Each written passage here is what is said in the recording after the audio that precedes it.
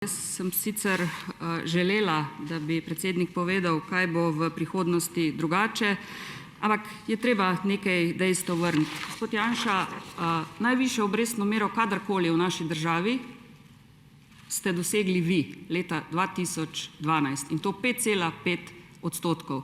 To so preverjeni podatki.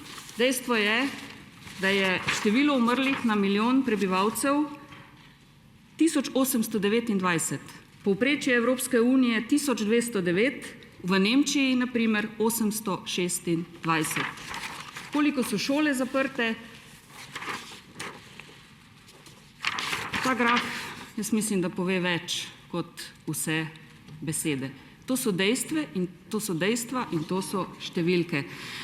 Kar se tiče pa leta 2013 pa sanacije bank, pa neštetokrat ponavljam in še enkrat bom. Ko sem jaz vstopila v slovensko politiko, so bile banke že enormno zadolžene. Največja bančna luknja, največji krediti, ki smo jih morali sanirati, so nastajali v času druge oziroma v času prve Janševe vlade v letih 6, 7 in 8.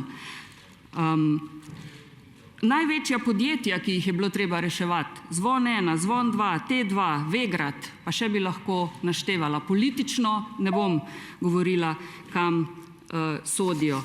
Ampak moj namen danes je bil, da bi govorili o tem, kaj bo v prihodnosti drugače. Ne, da se vedno znova obračate nazaj.